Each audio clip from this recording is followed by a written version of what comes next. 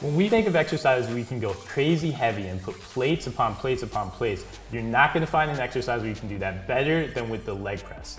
It is one of those top tier exercises right alongside squats and lunges and deadlifts. When we train our legs, it ranks slightly behind them, but it's going to be your most powerful exercise, and that's for one key reason. We're removing something called axial loading. So when I'm doing a squat or a deadlift, I've got all that pressure from the weight and from gravity coming down on my spine. But when I'm on a leg press, no matter how that leg press machine is set up, I'm really focusing more on loading my legs, and my spine doesn't necessarily have to take that load. That's gonna take a little bit of pressure off of my central nervous system, and it's gonna let me load up crazy weight so I can push the weight a little bit more without having any spinal stress.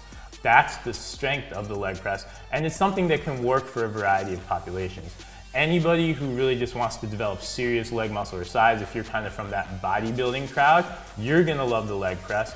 If you are from more of the functional fitness crowd though, you can still get a lot out of the leg press because we get to overload quads, glutes, and hamstrings when we're on the machine, and that in the long term is gonna wind up helping your squat and your deadlift. If you're a beginner, you can also get on the leg press, and we're gonna get to train with a little bit of a heavier weight than we can probably do with our free weight motions. And we can do that because we don't have the spinal challenge. We can also pay a little bit more attention to our form, and we can start developing a little bit of our lower body movement that way before going back to the squat and the deadlift. I think you still want to have those body weight ideas in there if you're a beginner, and you still want to focus on that, but the leg press can give you another weapon so that you can lift heavier while you're still mastering those body weight ideas. In terms of what we're training, because we're thinking of this as a squat, you're really hitting those same large muscle groups. You're gonna hit your quads, you're gonna hit your hamstrings, you're gonna hit your glutes primarily. You're gonna hit all the small leg muscles in between, especially once we start loading up that weight. And yes, we're taking stress off of our spine, and so our torso doesn't need to be as involved, but we still want to maintain good core tension, and we're going to get a lot of total body effect out of the leg press too.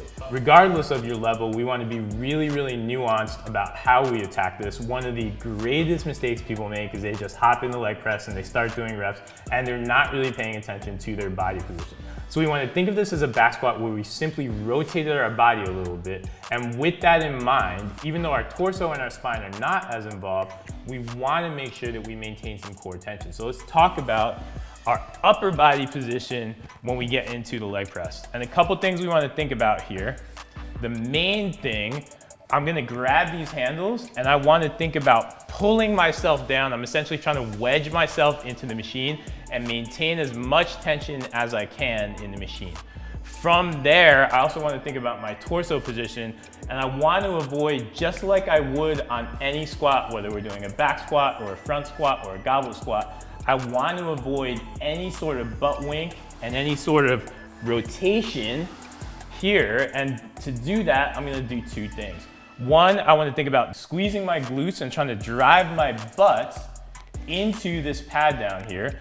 And two, I want to think about keeping my abs nice and tight and driving my lower back into the pad on which my torso is. I'm also going to think about squeezing my shoulder blades and driving my neck into the pad as well. So essentially what I'm trying to do is use this pad to provide me consistent feedback to make sure that I'm not cheating off the machine in any way and getting my torso off of the pad. I'm going to use it to essentially create a lot of torso tightness. That way I can't cheat and I can't wind up putting my spine at risk, because as we go heavier on this exercise, we can still get that butt wink, we can still create a lot of lower back stress, and we want to avoid that. So that's the key part of my upper body setup. Keep a lot of tension, drive and squeeze these handles as hard as I can. Butt goes right into the pad, and I'm driving my entire torso backwards into the pad, really using the pads for feedback. From there, we've got to think about our leg position. And in general, you can play with your leg position on the leg press. That's one of the strengths of it. It's very similar to a squat. We can do a wide stance squat. We can do a narrow stance squat. You can do those things in general on the leg press as well. The things you want to think about though, one, we can get a closed stance if we want, but that's really going to kill our range of motion. So it's not really worth kind of getting our knees directly over our torso. Think about having your knees at least hip width apart, and don't be afraid to get wider if you want to. We can play with some different stances there. we can also play with where our foot sits on the plate. The closer to the back we're gonna get it, the more knee dominant of a leg press we're gonna wind up doing. It's gonna require a little bit more Achilles mobility if we do that, but it's gonna wind up attacking our quads a little bit more. The higher up we get on the leg press, the more hamstring intensive it becomes, and the hingier it becomes, so it becomes a little bit more hamstring and glute. In general, when you're starting out, think about splitting the difference. Think about finding that good shoulder width position, and that's how we set up with the leg press. The other strength of the leg press too is we get to think about our feet.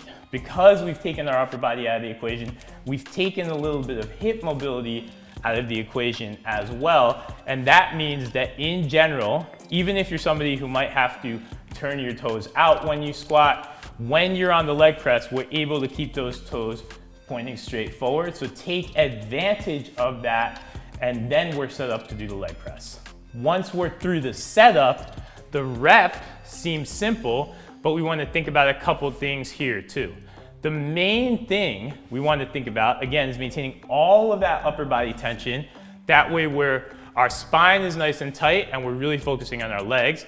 And then from here, the other things we want to do, I want to think about, and I really get to watch, the position of my knees relative to my feet. So when we're normally squatting, we don't get to see that because we're looking straight ahead. Here, the only thing I'm looking at is my knees. Therefore, I get to make sure that I've got a nice shin angle and my shins are not turning in, they're not turning out, but they're right over my feet, and I want to maintain that line the entire time. As we play with our stances, that's going to require us to squeeze our glutes. The wider I go, the more I've got to squeeze my glutes in order to maintain that position as I lower.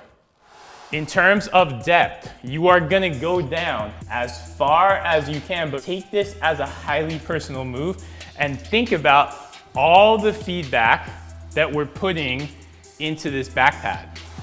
So I'm gonna let myself go down as far as I can while still keeping all of this tension in my back, keeping my back flush against the pad. And the moment I feel my butt start to come off the pad, now I know I've gone down too far.